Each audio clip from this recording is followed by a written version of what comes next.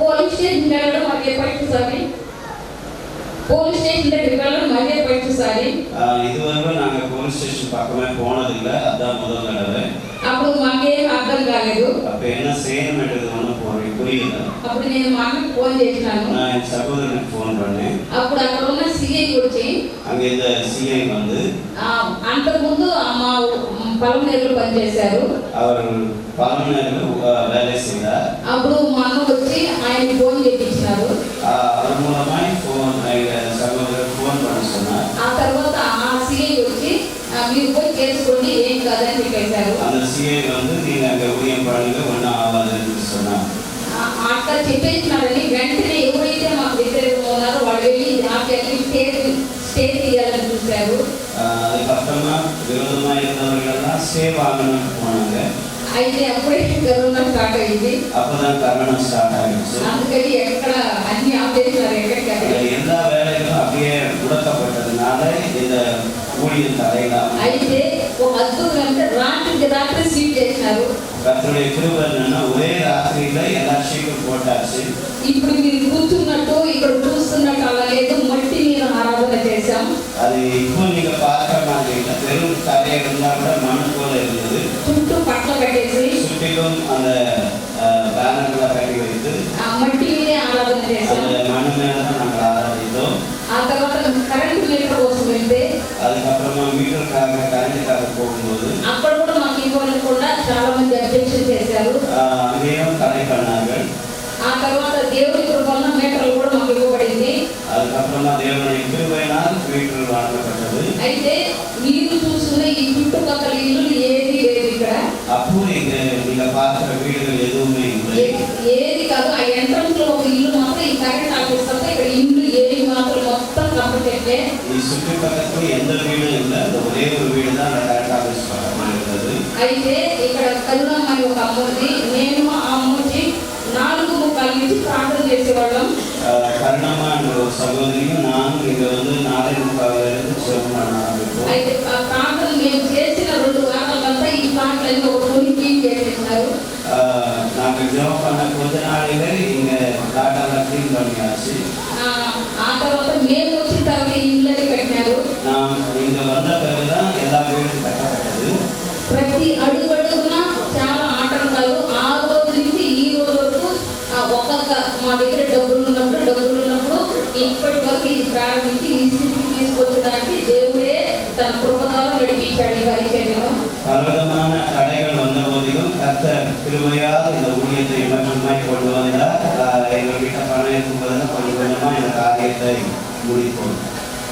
కాబట్టి దేవుడు ఇంతవరకు నడిపించిన ఆ దేవుడికి నా స్తుతులు కృతజ్ఞతలు తెలుస్తూ నా సాక్ష్యాన్ని ముగించుకుంటున్నాను இம்மட்டுமாய் நடத்தின கர்த்தரை நான் ஸ்தோத்திரத்தோட தேவனை மகிமைப்படுத்துகிறேன் దేవునికి మహిమ కలుగును గాక దేవునికి మహిమ కలుగును నేను మూడే విషయాలు చెప్తున్నాను மூணு காரியங்களை நான் சொல்ல விரும்புகிறேன் ఒకటి ఎప్పుడు ప్రార్థన చేస్తూనే ఉన్నా எப்பொழுதும் ஜெபம் பண்ணிக்கிட்டே இருந்தோம் అది ఎలా చేస్తున్నానంటే ఏడ్చి తప్ప మరొకసారి కన్నీటి ప్రార్థన తప్ప ఇందులో 70 రోజులు ఉపవాస ప్రార్థన జరిగినాయి 40 ఉపవాస ప్రార్థన పిల్లలు తెల్లవారుజామున ఉదయం 3 గంటలకి ఎప్పుడు ప్రార్థన చేయడం అంటే ఆ ప్రార్థన కన్నీటి ప్రార్థన ఈ విధంగా మీరు చూడడానికి కారణం கண்ணீரோட எப்பொழுதும் ஜெபம் பண்ணதின் காரணத்தினாலதான் இந்த ஊழியம் கட்டப்பட்டது మా మీదకి లేచింది చిన్న చిన్న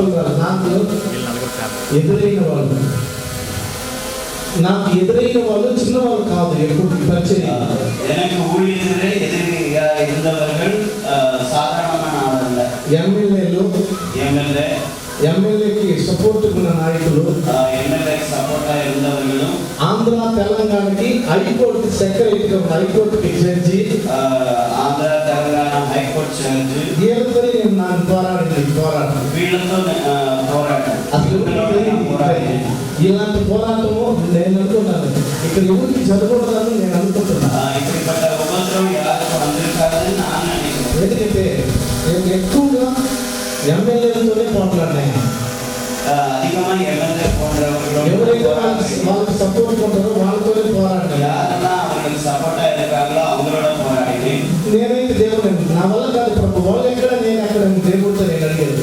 நான் கர்த்தரிடத்தில் ஜெபம் பண்ணேன், நான் எங்கே அவங்க எங்கே, என்னால் இதெல்லாம் போராட முடியாது என்று சொன்னேன். కానీ దేవుడు అంటున్నాడు తెలుసా, నేను నిన్ను, దేవుడు చెప్పాడు, నేను అగ్ని జ్వాలగాను నేను వాయువులుగా నేను వాడుకుంటాను అన్నాడు. நான் உன்னை அக்கினி ஜுவாலையாகவும் காற்றுகளாகவும் பயன்படுத்துவேன் என்று. ఈ సంవత్సరం యొక్క వాగ్దానం ఏమంటే దేవుడు వెళ్ళాలి రెండు డ్యాన్స్ అది మొదటి తీసేసి కొంచెం నన్ను చదువుకున్న మహావృద్ధి పొందుతామని చెప్పాడు. இது ஆரம்பம் அற்பமா இருந்தாலும் முடிவு கம்பீரமா இருக்கும் என்று சொல்லப்பட்டது. ఇది పోరాటంలో నుంచి వచ్చిన సంగతి, போராட்டத்தின் நடுவிலிருந்து வந்த சபை, కన్నీటిలో నుండి వచ్చిన సంఘము, కన్నీరోడ జెబితదినాల ఉండాల సభை. ఇది ఎప్పుడు నిరంతరం ప్రార్థనే చేస్తున్నాం, எப்பொழுதும் இங்க ஜெபம் பண்ணிக்கொண்டே இருப்போம். కనుక దేవుడు ఈ విధంగా ఉండడానికి దేవుడు సహాయం. அதனால்தான் இந்த சபை விதமாய் கட்டப்பட்டது. దేవుడికి మహిమ కలుగును గాక. దేవునికి మహిమ ఉండాలి.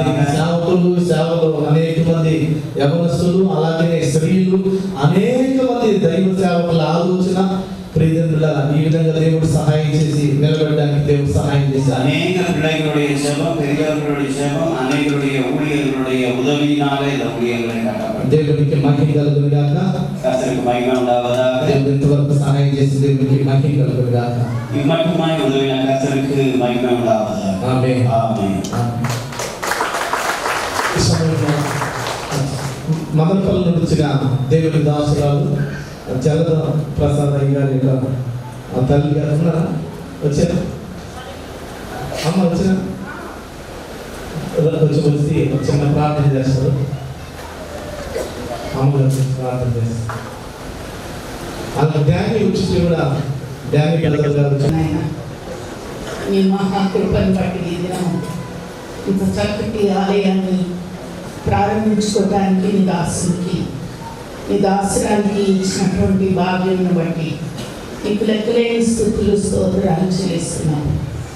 నువ్వు ప్రార్థన వినే దేవుడు, జవాబిచ్చే దేవుడు అంట. నీకు లెక్కలేని వందనాలు నాయనా. నిన్ను ఏడుగుటకు ప్రభువా మీరు మాకు ఇచ్చిన మహాకృపను బట్టి నీకు వందనాలు చెల్లిస్తున్నాను నాయనా. నీ దేవుని ఎరిగిన జనులు ధన్యులని సెలవిచ్చున్నారు. నీకు వందనాలు స్తోత్రాలు ప్రభువా. తండ్రి, మమ్మల్ని ఎల్లప్పుడూ నువ్వు తల ఎత్తుకునే వాడిగా చేసేవాడు కానీ తల దించుకునే వాడిగా చేసేవాడు కాదు నాయన. ఈ మహాకృపను బట్టి నీకు వందనాలు చెల్లిస్తున్నాం. ఈ ఉదయకాలంలో చేయవచ్చిన దాసులందరినీ ప్రభా క్షేమంగా ఈ స్థలానికి చేర్చినందుకు నీకు స్తోత్రాలు. ఈ కార్యక్రమం అంతయు ప్రభా మీ యొక్క క్రమం చొప్పున జరుగుటకు నీ కృప దయచేయండి. జరిగిన వివాహాన్ని కూడా ఘనంగా జరిగించింది.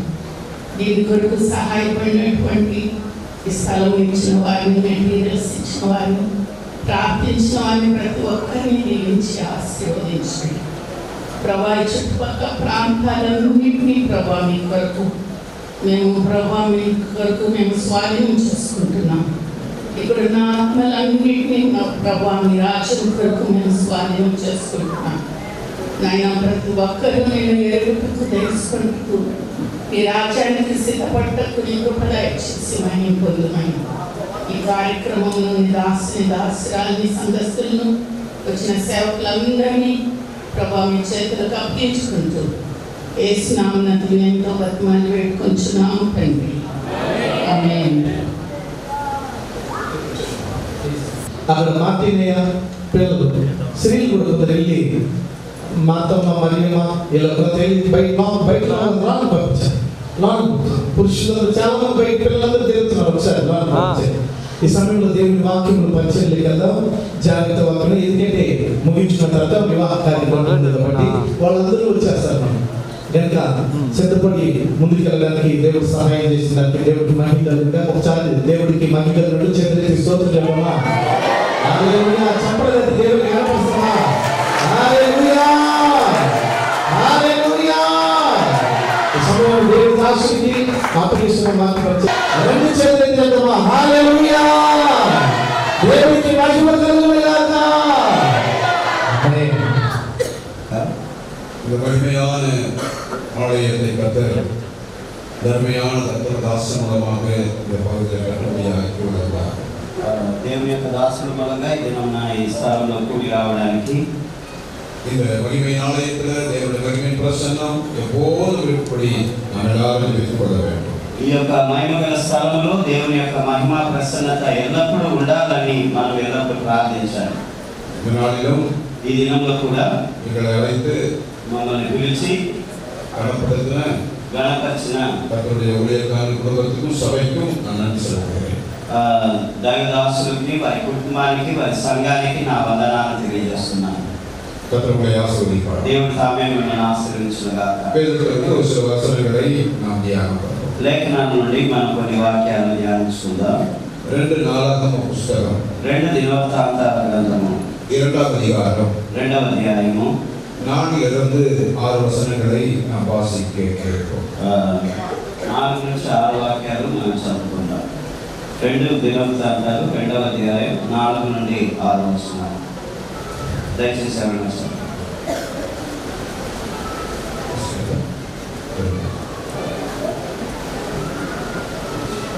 2వ అధ్యాయము 4 నుండి 6 వచనాలు.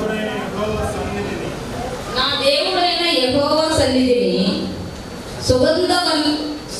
సుగంధ వర్గముల ధూపం వేయుటకును, సన్నిధి రొట్టెలు నిత్యం ఉంచుటకును, ఉదయ సాయంకాలం యందు, విశ్రాంతి దినముల యందును, అమావాస్యల యందును, మా దేవుడైన యెహోవాకు ఏర్పాటైన ఉత్సవముల యందును, ఇశ్రాయేలు నిత్యమును ఆశీర్వదింపవలసిన దహనములను అర్పించుటకును, ఆయన నామ ఘనత కొరకు మందిరం ఒకటి ఆయన ప్రతిష్ఠితం చేయబడినట్లుగా నేను కట్టించబోతున్నాను.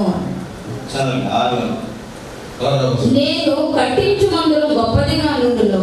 మా దేవుడు సకలమైన దేవతల కంటే మహనీయుడు గనుక ఆకాశములు మహాకాశములు ఆయన పట్టజాలవు.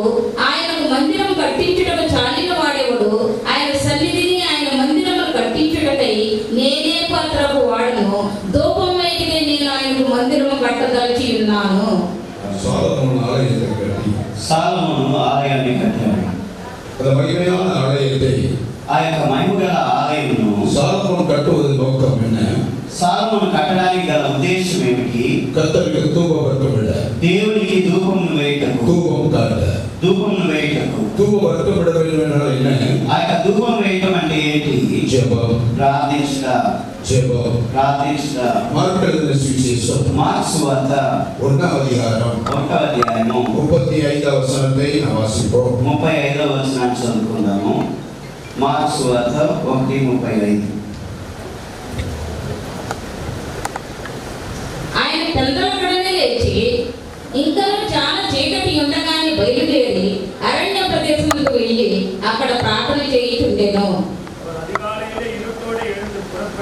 ஆண்டவராகிய இயேசு கிறிஸ்து ప్రభు అయిన యేసుక్రీస్తు அதிகாலையில் எழுந்து புறப்பட்டு ఆయన పెద్దల కడనే లేచి வனாந்தரமான இடத்திற்கு போய் అరణ్యమైన ప్రదేశమందులకు వెళ్ళి ஜெபித்தார். ప్రార్థించను.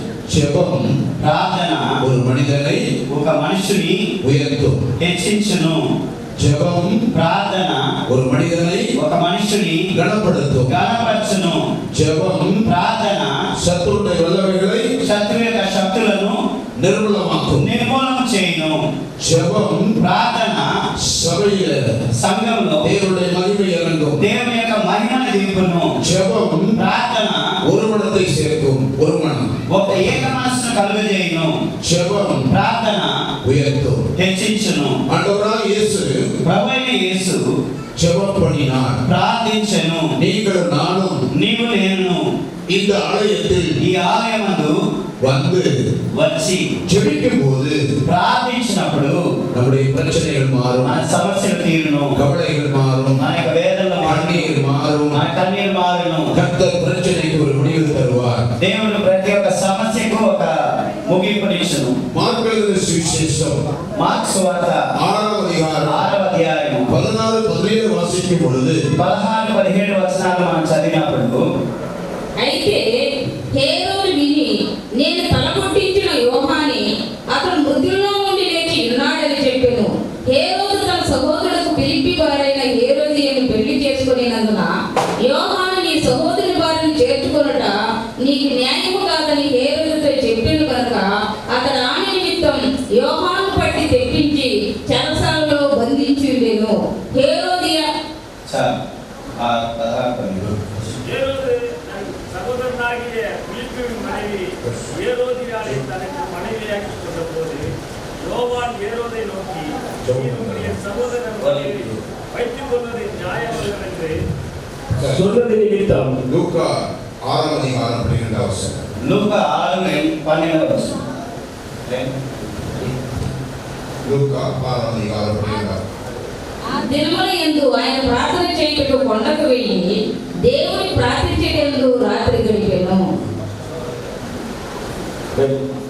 6:12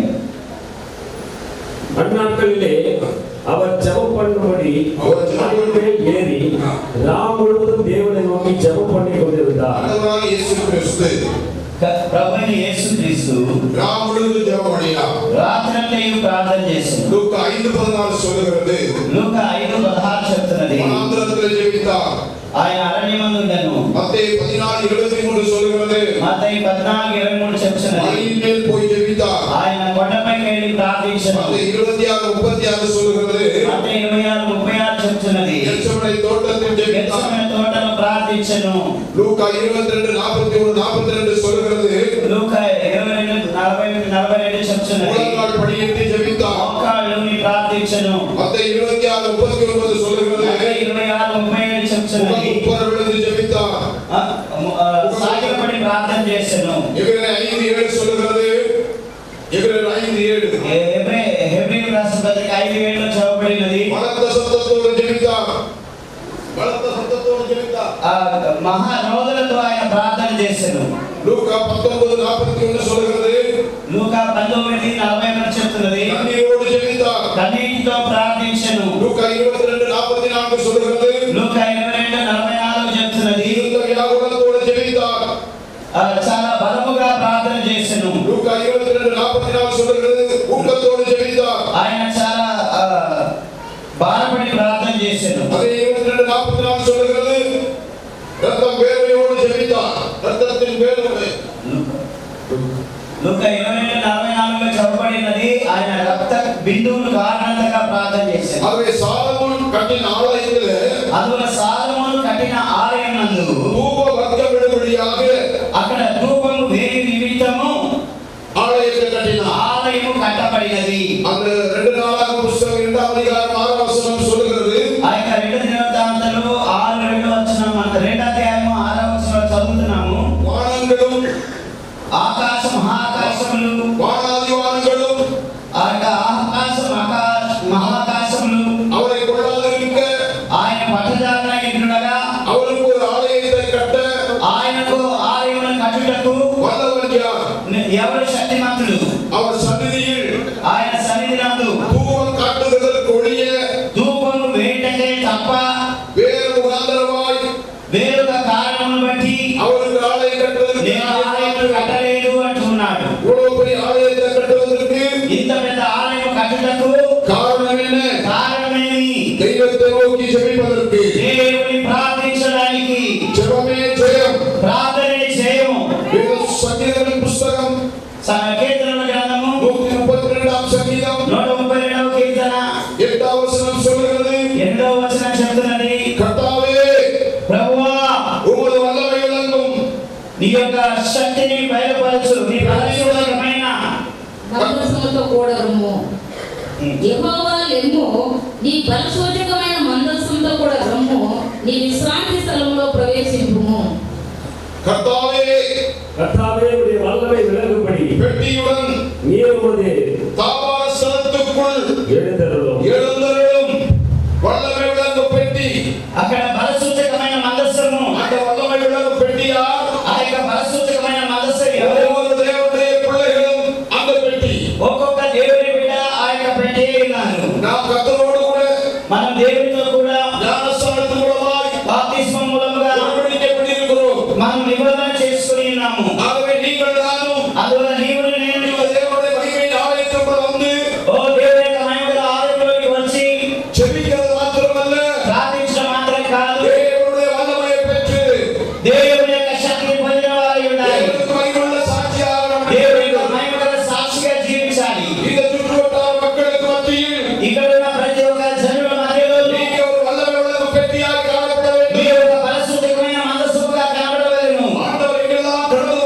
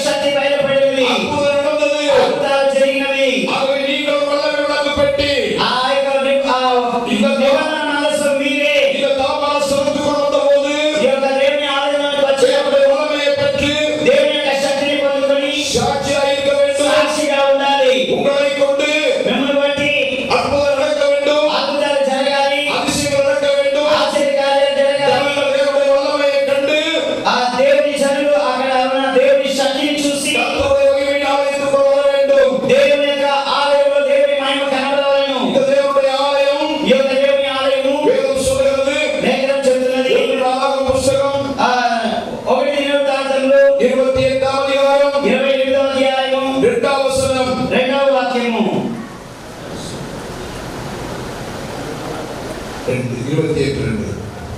அப்பொழுது ராஜாவாகிய தாவீது எழுந்து காலோசை நின்று, என் சகோதரரே, என் ஜனமே, நான் சொல்வதை கேளுங்கள்.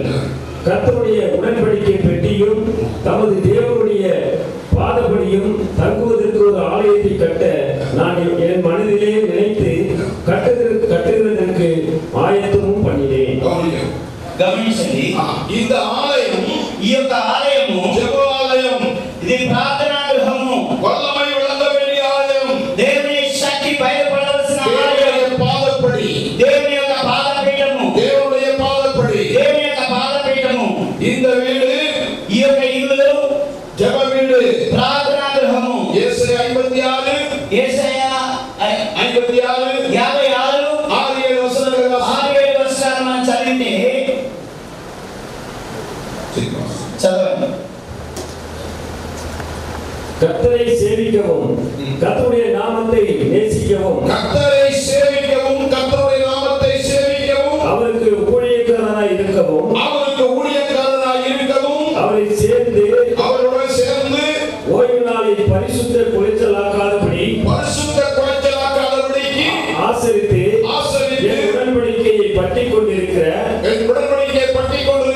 அந்நிய புத்திரர் அனைவருக்கும் நான் என் பரிசுத்த பர்வதத்திற்கு கொண்டு வந்து என் ஜெப வீட்டிலே அவர்களை மகிழ பண்ணுவேன்.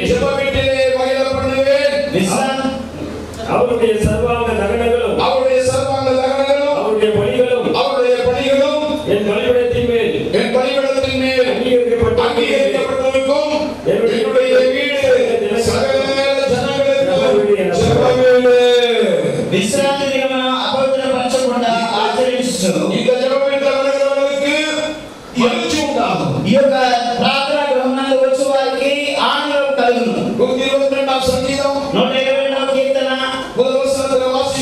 మొదటి వాక్యాన్ని మనం చదువుకున్నప్పుడు 122:1 తెలుగులో చదవండి దయచేసి. கர்த்தருடைய ஆலயத்துக்கு போவார்கள் என்று சொன்னார். యెహోవా మందిరమునకు వెళ్ళుదురు అంటే నీ జనులు నాతో అనినప్పుడు నేను సంతోషించితిని. నేను సంతోషించితిని. கர்த்தருடைய ஆலயத்துக்கு போ, దేవుని యొక్క ఆలయమునకు వెళ్ళుదము வாருங்கள் என்று రండి చెప్పినప్పుడు மகிழ்ச்சியாயிருந்தே. నేను సంతోషించితిని. தேவ பிள்ளையே, దేవుని బిడ్డ கர்த்தருடைய ஆலயத்துக்கு வருவதற்கு దేవుని యొక్క ఆలయానికి రావడానికి சந்தோஷம் உண்டா? సంతోషం ఉన్నదా? மகிழ்ச்சி உண்டா? ఆనందం ఉన్నదా? கர்த்தருடைய ஆலயத்தில் தான் சந்தோஷம். దేవుని ఆలయమే సంతోషం. கர்த்தருடைய ஆலயத்தில் தான் மகிழ்ச்சி. దేవుని యొక్క ఆలయమే నీకు ఆనందం. வேதம் சொல்கிறது, లేఖనం చెప్తున్నది. எரேமியா 15వ அதிகாரம் యెరెమీయా 15వ అధ్యాయము 16వ వచనం சொல்கிறது, 16వ వచనం చెప్తున్నది. அவர் வார்த்தை கிடைத்தவுடனே ఆ వాక్యము దొరికిన వెంటనే உட்கொண்டேன், నేను భుజించితిని. அது எனக்கு சந்தோஷமும் అది నాకు సంతోషమును மகிழ்ச்சி உண்டாக்கினது. ఆనందమును కలుగజేసెను. இந்த கர்த்தருடைய ஆலயத்துக்கு வருகிற போது దేవుని యొక్క ఆలయమునకు వచ్చినప్పుడు கர்த்தருடைய ஊழியக்காரன் மூலமாக దేవుని సేవకుల మూలముగా கர்த்தருடைய வார்த்தை வெளிப்படுகிற போது దేవుని యొక్క వాక్కు నిన్ను ఎదుర్కొన్నప్పుడు அவருடைய இருதயத்திற்கு అది హృదయానికి சந்தோஷத்தையும் సంతోషమును மகிழ்ச்சியையும் ఆనందమును ఇచ్చును. கொண்டு வருகிறது. అది తీసుకొని వచ్చున్నది. கர்த்தருடைய வார்த்தை, దేవుని యొక్క మాట. இந்த வார்த்தை கேட்பதற்கு ఈ యొక్క మాటను వినడానికి தேவனுடைய ஜனங்கள் దేవుని యొక్క జనులు அவரோடு வர வேண்டும், ఆశతో రావలెను, எதிர்பார்ப்போடு வர வேண்டும், ఎదురుచూపుతో రావలెను, செபத்தோடு வர வேண்டும், ప్రార్థనతో రావలెను. கர்த்தர் என்னோடு பேச வேண்டும் என்று வர வேண்டும். దేవుడు నాతో మాట్లాడాలని ఆశతో கர்த்தர் రావలెను. பேசுகிற போது దేవుని యొక్క మాట్లాడుతున్నప్పుడు கர்த்தருடைய வார்த்தையை பரிசுத்தப்படுத்து. దేవుని యొక్క మాట మనల్ని அந்த పరిశుద్ధపరచును. வார்த்தை கட்டளை அவிழ்க்கும். ఆ యొక్క మాట మన యొక్క அந்த బంధువులను வார்த்தையை లేపును.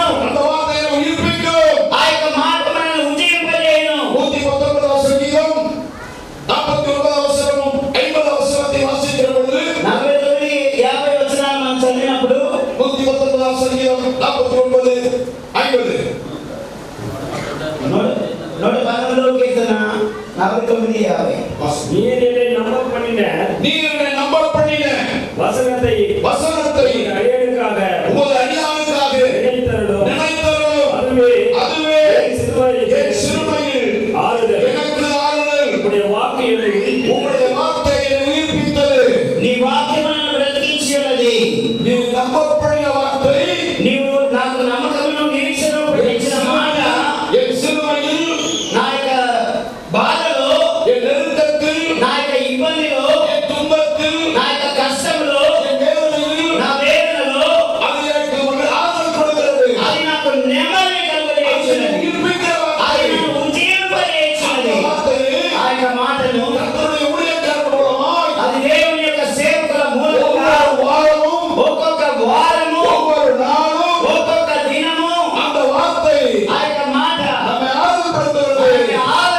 ஸ்வாதிச்சுனதி பலப்படுத்துகிறது பலப்படுத்துனதி நம்மை உயிர்ப்பிக்கிறது நம்மை உஜீவமளிச்சுனది வார்த்தையை கேட்பதற்கு ఈ యొక్క మాటలు వినుటకు தேவனுடைய ஆலயத்துக்கு வர வேண்டும் దేవుని ఆలయంలోనికి రావాలి எதிர்பார்ப்போடு வர வேண்டும் ఆయన ఎదురు చూపుతా రావాలి மகிழ்ச்சியோடு வர வேண்டும் సంతోషంతో రావాలను பயத்தோடு வர வேண்டும் భయంతో రావాలను நடுக்கத்தோடு வர வேண்டும் వణుకుతో రావాలను கர்த்தருடைய ஆலயம் దేవుని ఆలయము பரிசுத்தமானது పరిశుద్ధమైనది எசேக்கியேல் புத்தகம் యెహెజ్కేలు గ్రంథము 43వ அதிகாரம் 43వ అధ్యాయము 12వ వచనத்தை வாசிப்போம் ஆலயம் எசேக்கியேல்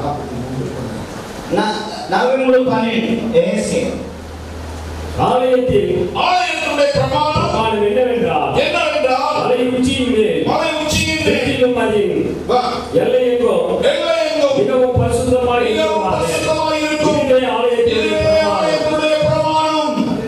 ఆ మందిరంలో కూర్చున్న విధి ఏమనగా పర్వతం మీద దానికి చేరికైన స్థలమంతయు అతి పరిశుద్ధము మందిరంలో కూర్చున్న విధి ఇది ஆலயத்தினுடைய பிரமாணம் ఆ యొక్క మందిరం యొక్క విధి என்னவென்றால் ఏమిటంటే மலையை சுற்றிலும் ఆ యొక్క మందిరం చుట్టూను இந்த ஆலயத்தை எல்லையை சுற்றிலும் ఈ యొక్క ఆవరణం అంతయు இது பரிசுத்தமானது. అది పరిశుద్ధమైనది.